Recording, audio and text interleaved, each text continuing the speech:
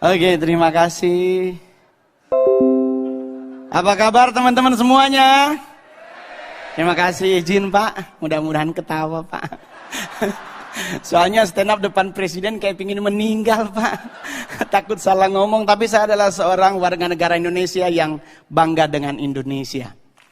Jujur, Anda semua sebagai warga negara Indonesia harus punya kebanggaan terhadap bangsamu.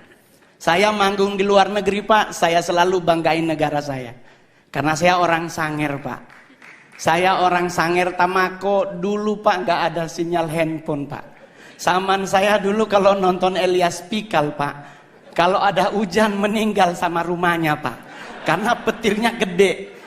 Saya dulu jadi stand up komedian 2011, 2016 pulang Sanger Pak. Tetap handphonenya hanya di satu titik Pak. Tetapi di saat Bapak menjadi presiden, sekarang Sanger udah 4G LTE Pak. Wah, dulu kalau ke Sanger pelantikan bupati ngirim SMS atau WA hari Senin, diterimanya hari Rabu Pak. Dan saya boleh jujur kalau ngelihat dari data tadi, benar bangsa kita tuh bangsa yang luar biasa. Betul? Kita emas aja kita masuk 5 besar loh Pak. Cadangan emas dunia kita masuk bro. Apalagi batu bara kita nomor 2. Tadi nikel, timah, tembaga kita keren. Terus kenapa kita harus dikit-dikit luar negeri? Prewed ke luar negeri. Prewed Pak ke London. Alasannya mau pingin foto sama Big Bang. Lah kan di Bukit Tinggi ada. Iya dong. Kita ngapain harus ke London? Belum tentu juga ketemu sama Ratu Elizabeth atau Pangeran Charles sekarang. Tapi kalau kita ke Padang ketemu gubernurnya. Makannya sesuai dengan leher kita bro. Ke London makan roti. Lah saya orang Manado, kalau roti itu ibadah bro. Iya kan? Kenapa? Ya tapi kita harus akui Pak. Di London 4 sisi nyala jamnya Pak. Kalau di Padang di Bukit Tinggi ada 1 yang mati baterainya. Mungkin ya Pak ya. Jadi kita harus bangga. Ngapain ke Hawaii ingin liburan di pantai?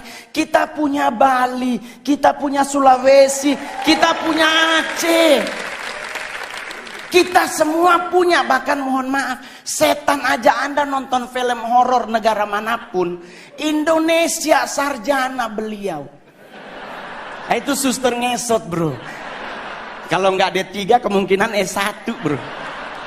Loh, saya boleh jujur Pak, di luar negeri kuburan dipakai buat nonton. Kita Indonesia lewat kubur permisi. Iya enggak? Coba kalau udah maghrib pasti misi. Lah ini dikubur 5 meter di bawah tanah. Kalau dia nyahut silakan. Di kita meninggal bro. Jadi kita harus bangga jadi orang Indonesia sekalipun ada yang kurang juga Pak dari bangsa kita. Kita negara terkepo nomor 2 di dunia. Tetangga berantem nggak ditinggal, kita pasti dengar. Ya kan? Perancis bom meledak, penduduknya hilang. Indonesia bro, Sarina meledak, nggak nyampe 15 menit jalan Sabang, jalan Jaksa, Tanah Abang numpuk semua di perempatan. Ini polisi lagi tembak-tembakan, yang mana bro, yang mana? Nggak ada takut-takutnya loh Pak. Jadi kita wajar kalau negara kepo, Pak serius. Bukti kedua di mana Pak? Saya nongkrong Senayan City Pak. Sorry Pak, udah artis ya Pak ya. Kalau dulu Keramat Sentiong Pak. Saya tinggal di Keramat Sentiong, sekarang udah pindah Anak Selatan. Which is sometimes harus bahasa Inggris ya kan? Ya gitu. Bro, saya boleh jujur, kita lagi pipis Pak di urinoir, berenam nih lagi pipis berenam, tahu-tahu di belakang bunyi Pak, put. Itu kita berenam ini nggak dikomando, nengok semuanya. Rasa ingin tahu siapa yang bunyi Pak. Dan mohon maaf Bapak Ibu, ditungguin. Kita udah habis pipis harusnya keluar, 6-6-nya di wastafel. Nunggu orangnya keluar, dia keluar kita ngomong, oh elu. Tinggi banget Pak. Kita harus akui kita repot tinggi. Kedua Pak, buat Pak Presiden, kita negara apa lagi? Ngusir setan Pak. Padahal mohon maaf Bapak Ibu, setan di luar negeri pakai jas. Menakutkan pasti karena ada belati, ada panah, ada pedang. Kita Indonesia setannya dari 170, 80%-nya difabel. Indonesia setannya mayoritas cacat Pak. Ya kan, suster ngesot, wewe gombel, pocong. Semuanya butuh dibantu, tapi kita ketakutan Pak. Lah, saya mau ngasih tahu ya teman-teman, suster ngesot nggak mungkin ke rumah kita. Nih Pak, saya anak Tanjung Priuk. Rumah sakit itu Koja. Otomatis suster ngesot hanya ada di rumah sakit. Kalau dia mau nyebrang ke Warakas, meninggal lagi Pak. Kan kontainernya banyak Pak, ya kan? Dia lagi cek, ya Allah, balik lagi sampai subuh Pak. Kalaupun dia bisa nyebrang, nggak mungkin nakutin Pak, pasti minta betadin, beset kakinya Pak. Jadi orang nanya sama saya Pak, terus ngusir setan apa yang harus kita lakukan? Jangan main dibaca aja Pak. Kalau Muslim dibacain ayat kursi, Kristen dibacain ayat Alkitab atau agama yang lain. Yang paling benar jangan dulu dibaca, tanya dulu setannya, lu agama apa? Iya kan? Takutnya dia Kristen dibacain ayat kursi kan gak kena bos.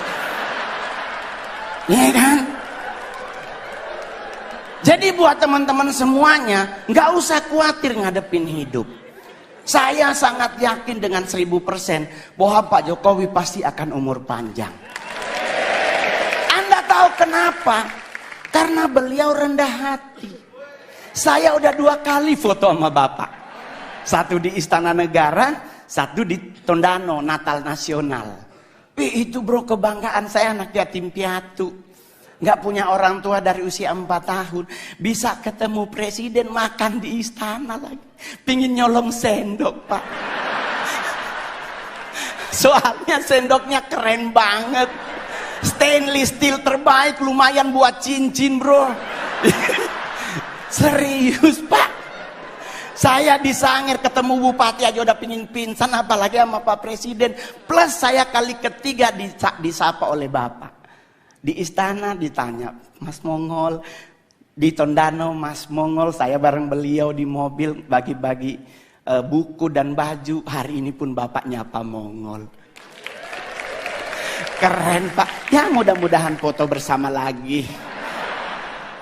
Jadi Pak, saya bangga banget memiliki presiden seperti Bapak. Ya kan? Kenapa bisa umur panjang? Beliau rendah hati. Ini yang paling terakhir. Orang yang cepat meninggal adalah orang yang sombong. Ajaran agama Kristen dan Islam sepakat. Nabi itu benci orang sombong. Orang sombong tuh cepat matinya. Kenapa? Jalannya petenteng-petenteng. Ya kan? Apa lu lihat-lihat? Nah itu Pak, kalau malaikat maut nunjukin muka, habis dia. Tapi kalau orang yang rendah hati dan sederhana, jalannya nunduk Pak. Seperti Pak Jokowi, permisi, ya kan?